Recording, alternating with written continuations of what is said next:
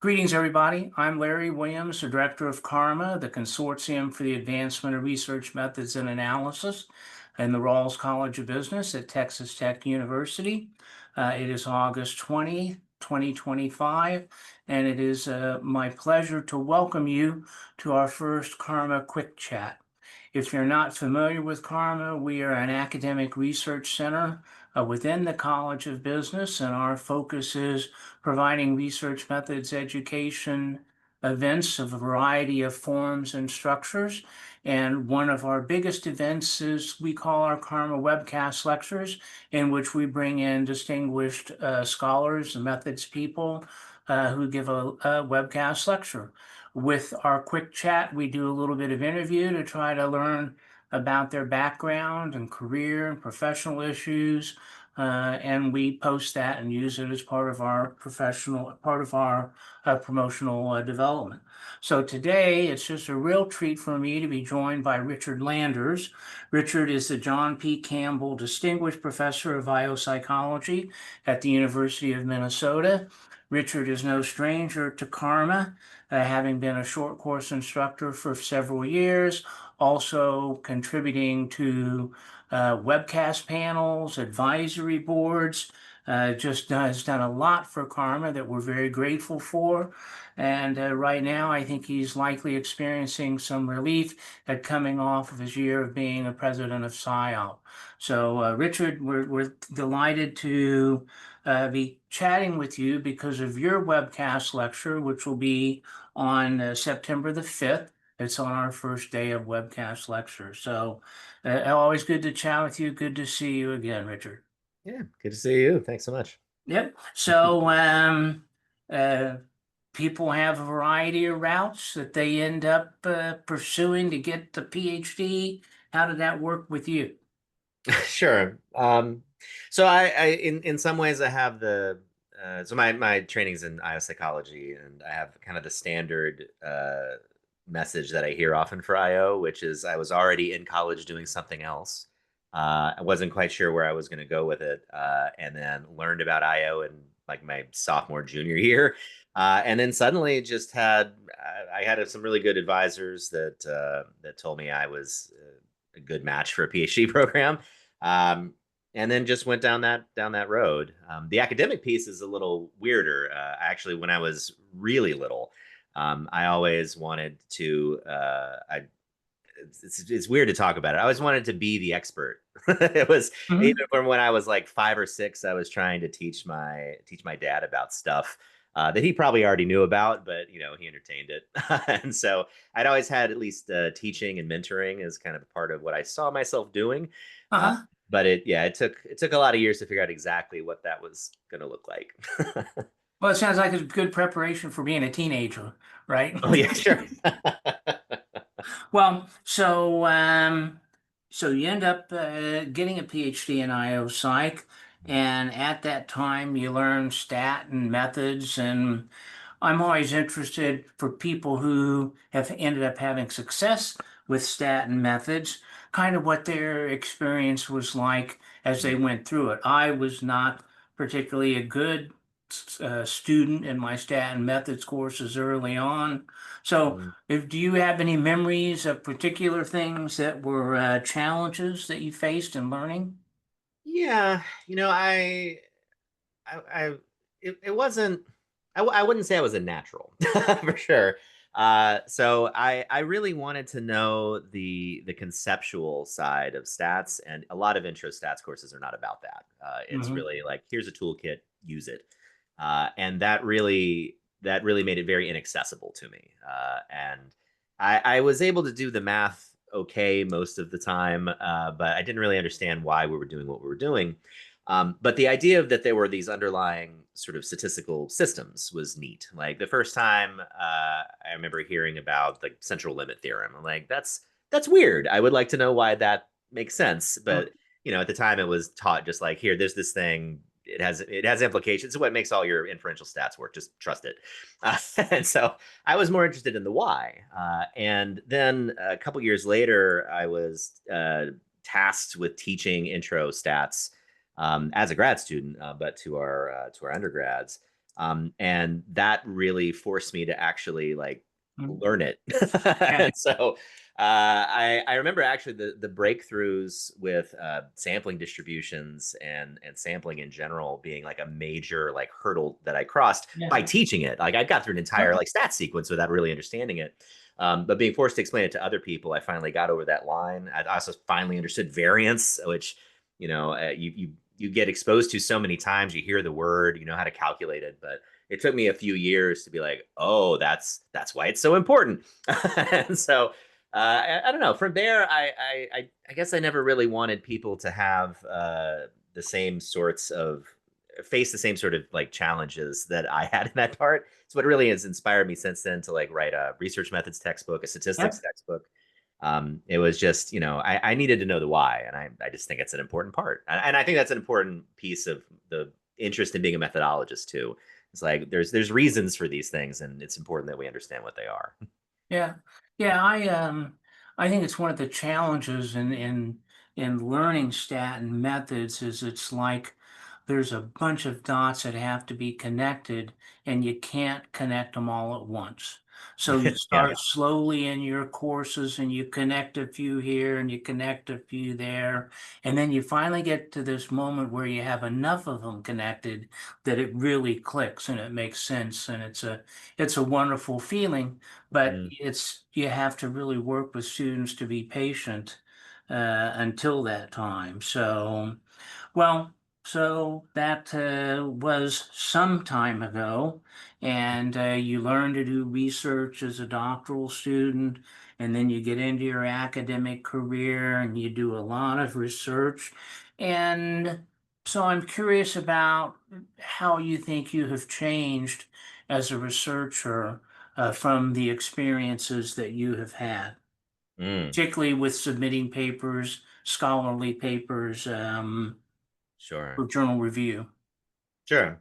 Yeah, I think when I started, I was wildly optimistic. I'm still pretty optimistic, but not the same way I was right when I like got out of grad school. As I felt like I just had I don't know, a toolkit to uncover truth, and I was like, oh, if I just use the toolkit, people will care. It'll be interesting work. The review process will be kind, and most of that was not true. So there was quite a sort of forging process in trying to figure out how to really understand audiences. That was, I think, one of the biggest lessons actually from review.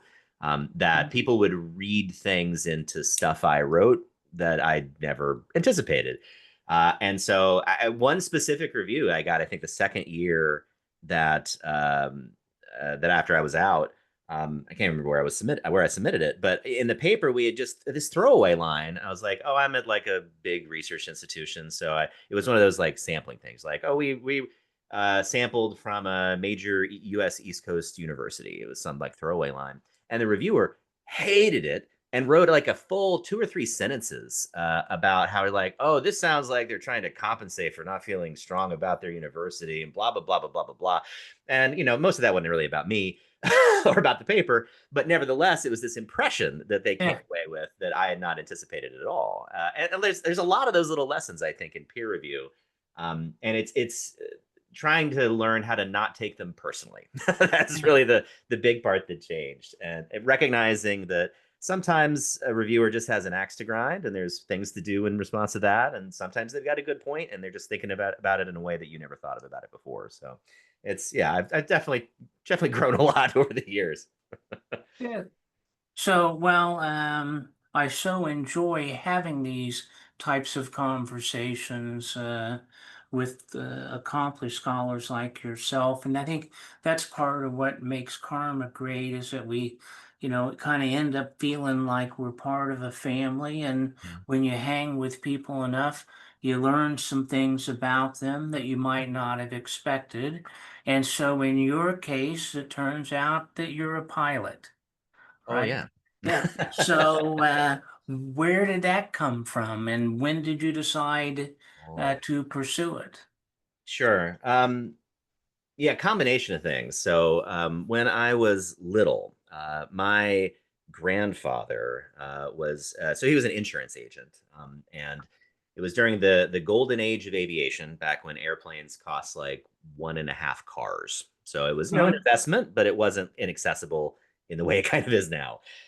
So he lived out in the middle of the country, and so he actually mowed a runway in his backyard, and bought a little Piper Tri Pacer. And when I was 5 or 6, he took me up, and did like aerobatics in it, which kind of terrified me at the time. Yeah. But it left a huge impression, and so I started. I got really into flight simulators after that, Yeah.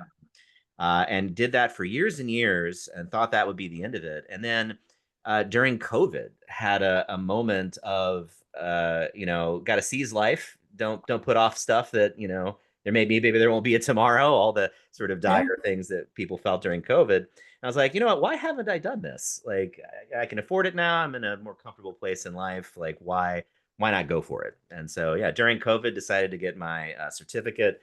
And then a couple years later, got my instrument rating, which lets me fly through the clouds and in the air traffic system. And yeah, now I'm a 1% owner of 7 airplanes.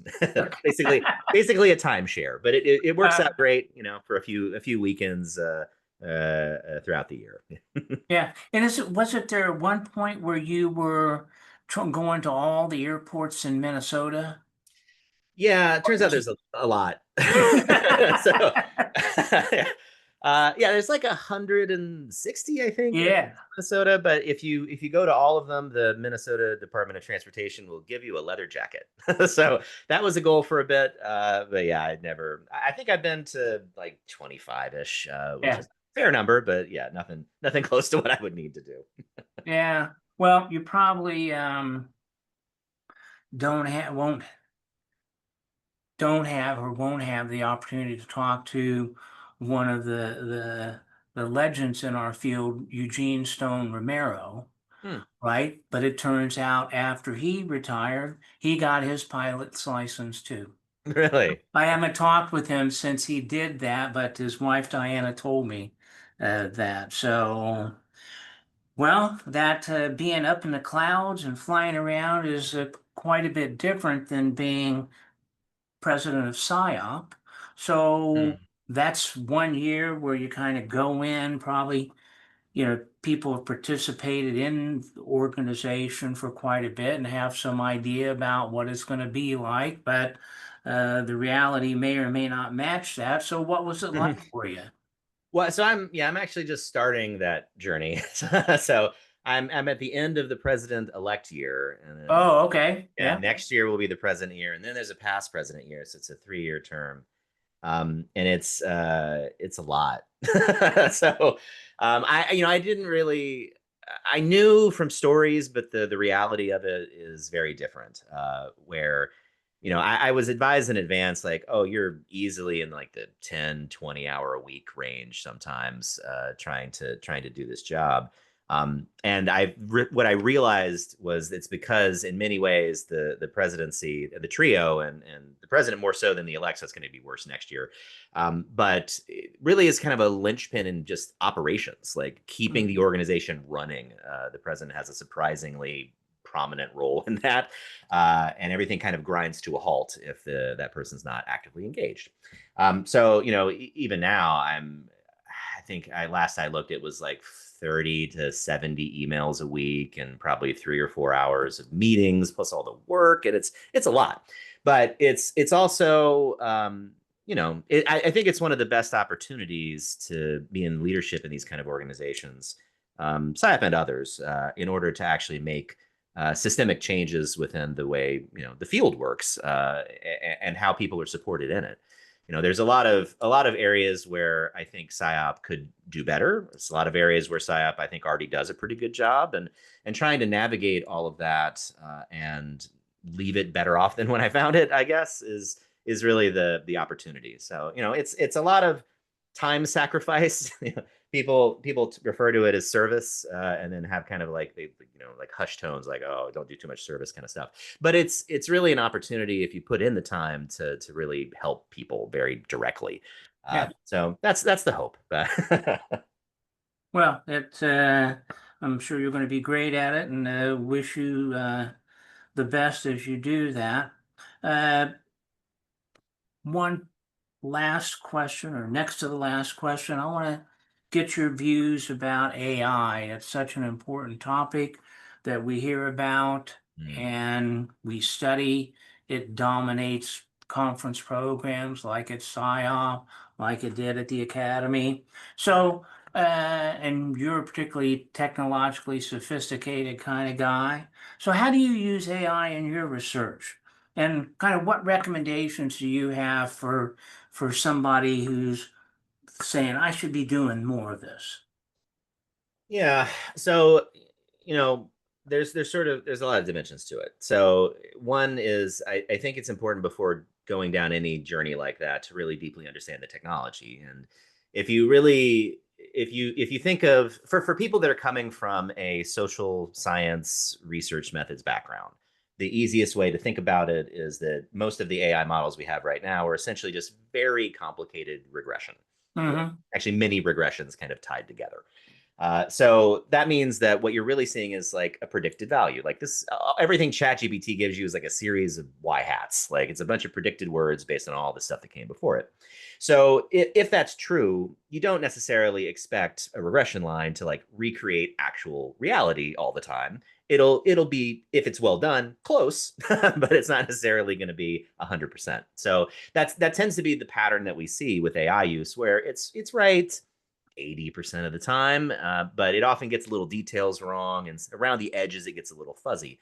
So that means that when you're using it for any sort of research task, the way I do it is I think of it as one, it's a tool, not a replacement for any sort of expertise. But as a tool, it can be really, I think, most useful as a brainstorming partner. Like if I'm like, man, there was that paper and I can't remember exactly what it was, I will go in and say, oh, this paper about this person, or they talked about these ideas. What was that? And it will usually, if it won't give me the actual paper, it will get into like authors, and I'll be like, oh, right, that's that one. And Mm-hmm. I can use that to sort of speed that process up. Where otherwise I'd be sitting like staring at a page or scrolling through a Zotero database or whatever, trying to like remember. So I use it as a sort of time saver. Sometimes if I'm writing, I will be like, man, I have this like cluster of pair of sentences that just, this is not what I wanted it to say. And I will throw it in and say, you know what, I actually wanted this to have this different tone. Here's what I have so far. This is what I want it to be. What do you recommend? And I rarely go with what it tells me, but it often like fixes a problem. I'm like, Mm-hmm. oh, it's because it linked this and this together, and that's what I was missing. And then I can rewrite from there without again staring at a page for 20 minutes, like wondering how to fix a problem. Where it gets dangerous, I think, is for the grad students, people who don't have that sort of expertise to fall back on, because when they ask it to do something like that, it's not immediately obvious if you don't have the expertise as to where it failed, because it Mm-hmm. is 80-ish% right. So if you don't have the sort of subtlety of knowledge to say, all right, well, here's the little bit that's wrong, and I have to fix it before I do anything with it, then you can end up in a really bad path. So yeah, I try to I use it as a brainstorming partner. I use it to fix when I get stuck. Um, I will certainly use it to get me started on in like research literatures that I don't know a lot about. If I'm trying to going in a new area, be like, oh, what's the big stuff here and why? And it will give me enough of a starting point where it saves me that first couple hours of struggling in Google Scholar.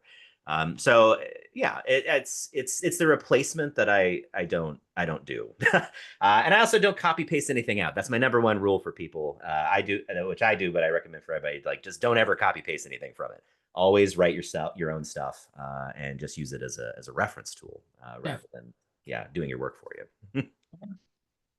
That sounds like a good recommendation. So, as I mentioned at the beginning, we're chatting today because of your upcoming webcast Hmm. on September 5th at 12 noon Eastern Time. Can you give us a preview of what you're going to be talking about?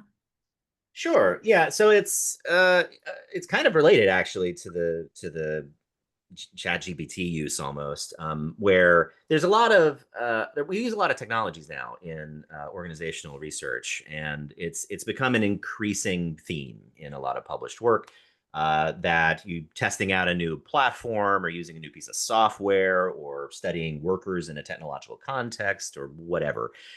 There's a lot more tech appearing in journal pages at this point. But most organizational scientists on the like OBHR side, especially, don't have a lot of training in tech and how it works and where it comes from and why it exists the way it does. The exception in org science is probably like the information science people. They're pretty on top of it.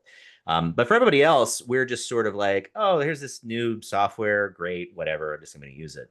And what happens is that because of that just lack of training, that there's a lot of our literature that's starting to appear that doesn't really make a lot of sense in relation to the technologies that are being studied.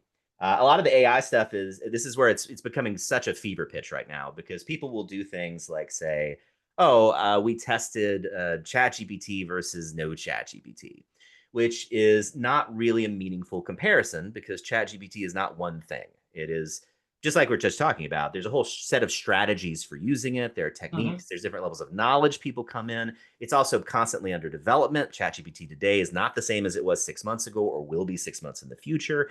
And all of those dimensions really harm the validity of the kind of conclusions that are drawn based on those tests of technology. So the key, what I'll be talking a lot about is, well, how do we actually approach technology to not have that problem? And it involves integrating more of an engineering perspective and almost a product development perspective to say, well, where in a life cycle of a piece of tech are you encountering it? So if you're studying ChatGPT right now, well, what is the consistent part of ChatGPT? What are the psychological components? What are the technical components?